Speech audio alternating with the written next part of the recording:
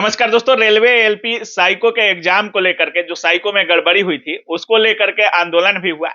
Teacher लोगों का meeting भी हुआ सेक्रेटरी और चेयरमैन से पटना आरआरबी के।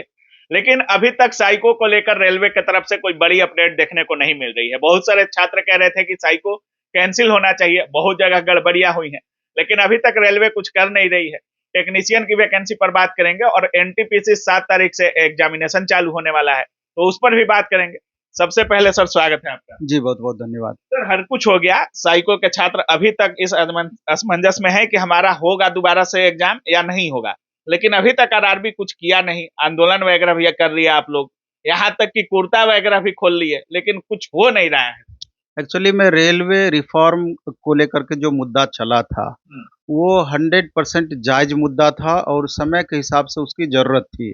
क्योंकि आप देख रहे हैं कि जो भी परेशानी साइको वाले छात्रों को हुई, उसके एवज़ में हम लोग बोर्ड भी गए मिलने के लिए, वहाँ से आश्वासन भी मिला, पॉज़िटिव, नेगेटिव हर तरह का, और ये आश्वासन दिया गया था कि 1 सप्ताह के अंदर में कुछ न कुछ देखने को आपको मिलेगा। जिन भी छात्रों के साथ परेशानी हुई है, तो उन छात्रों के साथ उचित न्याय होगा। यहाँ पर हम आपको थोड़ा रोकना चाहते हैं कि इन बातों को समझने की ज़रूरत है, क्योंकि अभी आप कमेंट देखेंगे छात्रों का, 2 तरह का कमेंट है।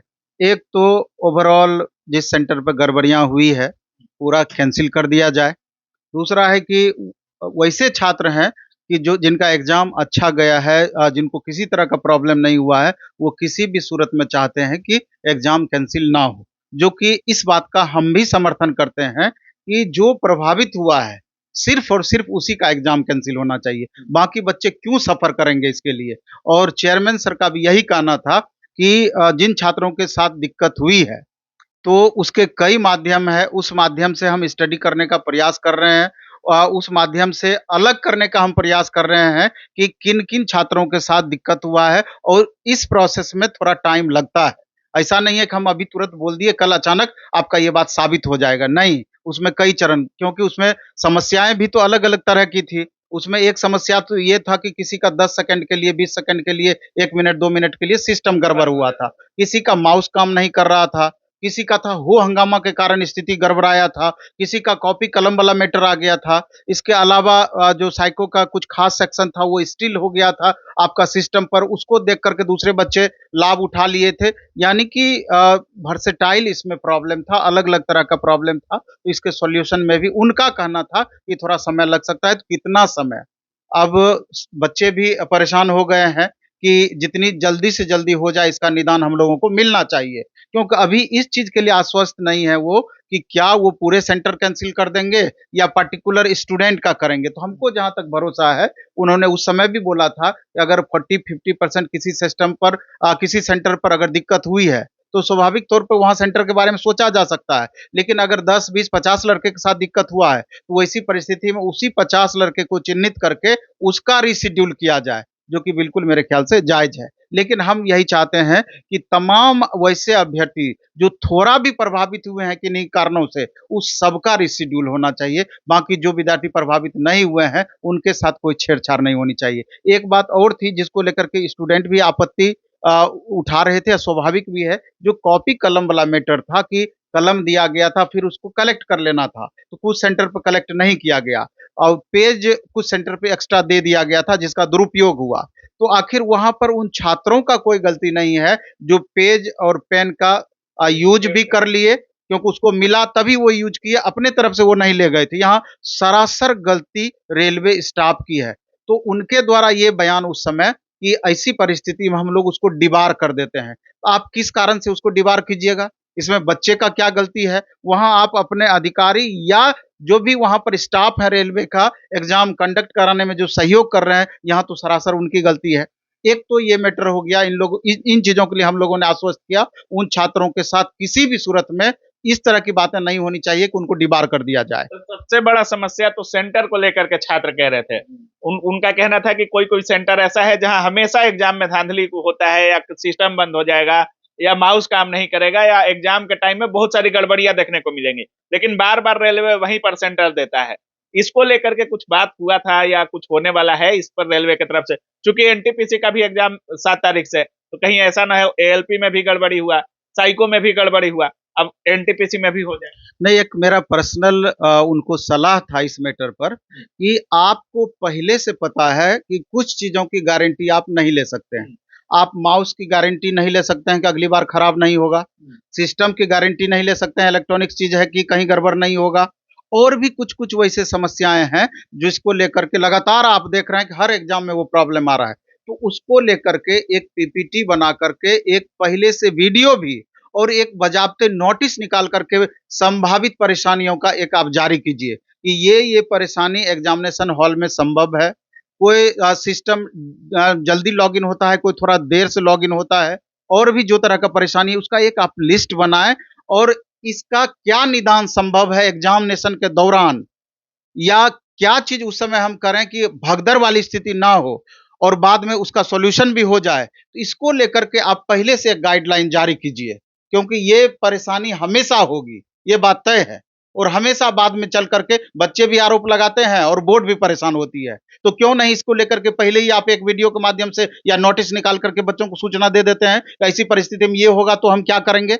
और उससे भी पहले कि आप अच्छे से वेरीफाई कर लीजिए, जो भी आप सेंटर देने जा रहे हैं, आप 7 अगस्त से आपका एग्जाम होना है अंडर ग्रेजुएट लेवल का, तो आप पहले से वेरीफाई कर लीजिए क्या माउस प्रॉपर वे में काम कर रहा है, क्या सिस्टम प्रॉपर वे में काम कर रहा है, क्या जो वहां स्टाफ ड्यूटी करने वाले हैं प्रॉपर उसको गाइडलाइन दिया गया है कि किस तरीके से वो नियमों का पालन करवाएंगे, वगैरह वगैरह जो भी परेशानी है। तो इस बात को लेकर के आश्वस्त होना ही चाहिए और करना ही चाहिए छात्रों को, क्या क्योंकि लगता ये दिक्कतें बार बार होती है और छात्र हमेशा इससे सफर करते हैं। बहुत बार कहा जाता है कि हम ये करने वाले हैं, लेकिन होता नहीं है सर। बहुत सारे स्टूडेंट भी इस चीज को झेले होंगे। बहुत सारी वैकेंसियों में वादा कर दिया जाता है, कह दिया जाता है कि हाँ होगा, नहीं होगा, लेकिन होता नहीं है। सुना तो सबका जाता है, हमेशा जब भी आंदोलन होता है डेलीगेशन की टीम बनकर जाते हैं लोग, मिलकर आते हैं, लेकिन वहां क्या होता है किसी को पता नहीं चलता है। लेकिन नोटिस वगैरह क्या होगा नहीं होगा, आपको क्या लगता है? आप मीटिंग में भी गए हैं, अंदर भी गए, छात्रों से भी मिल रहे हैं, आपको लगता है कि रेलवे कराएगा या उसी पे ओके कर देगा? जैसे हमेशा कोई भी शिक्षक हो, हम हो या दूसरे कोई शिक्षक हो, हमेशा छात्र हित की बातें करने के लिए ही वहां पर पहुंचते हैं। हाँ। अभी आप देखे होंगे, दीपक सर का एक वीडियो देखे होंगे, बिल्कुल बिल्कुल। उसमें बहुत सारे बच्चे तरह तरह का कमेंट किए थे। तो हम तो ये समझते हैं कि छात्र हित में जाते जरूर हैं, लेकिन सभी छात्र इस बात को समझ नहीं पाते हैं। भद्दी भद्दी बातें भी आपका यूट्यूब पर कमेंट में करते हैं, तो इन बातों को समझना होगा छात्र को भी। और फिर रेलवे में बड़े रिफॉर्म की जरूरत है, जिसको लेकर अभियान एक तरीके से अभी आपका कंटिन्यू ही है। और इसी चीज को लेकर के माननीय रेल मंत्री से भी मीटिंग का बात बीच बीच में चलता है कि वहां जो हायर लेवल का इसका अथॉरिटी है, उनको इन सारी छोटी छोटी बातों से अवगत कराया जाए। क्यों न कि रेलवे भर्ती बोर्ड अपने स्तर से काम तो करती है, लेकिन उसका रिजल्ट जीरो होता है। हर बार परेशानी फिर से आ जाता है और हर बार आश्वासन ही हम लोग को मिलता है। इस बार तो इसी चीज को लेकर के छात्र के प्रतिनिधि को भी साथ में हम लोग ले गए थे कि आप भी देखिए वहां पर कि वहां किस तरीके से बातें होती है और किस तरीके से आश्वासन दिया जाता है या कितना रिफॉर्म हो पाता है।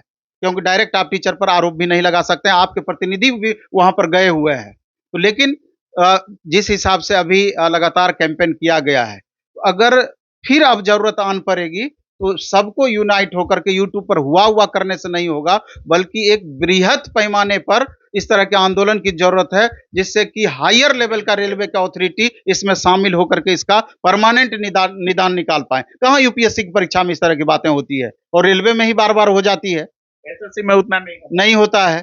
अच्छा सर, एनटीपीसी का भी 7 तारीख से एग्जाम है। एनटीपीसी वाले छात्र जिनका भी एग्जाम 7 तारीख से स्टार्ट हो जाएगा, उनको लेकर के कुछ कहना चाहेंगे जो एनटीपीसी में इस बार बैठने वाले हैं, 12th लेवल वाले? पहले तो ये बात समझना होगा कि रेलवे एनटीपीसी ग्रेजुएट लेवल जिसका अभी एग्जाम हुआ और railway NTPC under graduate level जिसका अभी एग्जाम होना है, तो ग्रेजुएट लेवल का सारा क्वेश्चन अब मार्केट में आपका उपलब्ध है, मैक्सिमम बच्चों के पास भी उपलब्ध है। तो आप आधार उसी को बना करके चलें। अगर 40-45 जितने भी सेट उसके आपके पास उपलब्ध होंगे, एक बार 2 बार 3 बार उसी पैटर्न पर बेस्ड मैथ रीजनिंग तो 100% आप विश्वास रखिए कि 90% क्वेश्चन का टाइप आपका रोटेट करेगा। जिस समय टाइप का प्रैक्टिस आप कर लिए हैं, उसी टाइप का क्वेश्चन पूछेगा तो आपसे मैक्सिमम बनेगा ही बनेगा। इसी तरीके से जीएस में भी आप देख लें, क्योंकि यहाँ साइंस कम रहेगा, ओवरऑल जीएस जो अन्य सेक्शन है उसकी अधिकता रहती है, और करंट का भी जिस हिसाब से आपका बढ़ रहा है सारा कुछ, तो उसी हिसाब से आपको रिवीजन करते हुए आगे बढ़ना है। और उस हिसाब से अगर रिवीजन करके जाएंगे तो परफॉर्मेंस बेहतर ही होगा। खाली टाइम मैनेजमेंट का एक इशू रहता है, तो टाइम मैनेजमेंट क्वेश्चन बनाने से ज़्यादा कई बार महत्वपूर्ण हो जाता है कि इस क्वेश्चन को हमको छोड़ना चाहिए। तो पहले स्टेज में 1 से लेकर के लास्ट तक आप जाएँ और सेकंड स्टेज में जो क्वेश्चन आपसे नहीं बना है उसके लिए आप प्रयास करें। जानते हुए क्वेश्चन आपसे गलत नहीं होना चाहिए, इसको हमेशा ध्यान में रखें, क्योंकि अगर छोटा-छोटा 2 क्वेश्चन आप गलत कर देते हैं, दौड़ से बाहर करने के लिए वही काफ़ी होता है। इसलिए सेंटर पर आप थोड़ा पहले पहुँचे और दिमाग को एकदम कूल रखें, किसी तरह का आपसी तनाव में ना पड़ें, किसी तरह का आपसी परेशानी उस समय मोल ना लें। कूल माइंड से आप एग्ज़ाम देने के लिए जाएँगे, अपना बेस्ट दीजिए, सब अच्छा होगा जैसा मेहनत आप किए होंगे। बहुत बहुत धन्यवाद। बहुत-बहुत आभार आप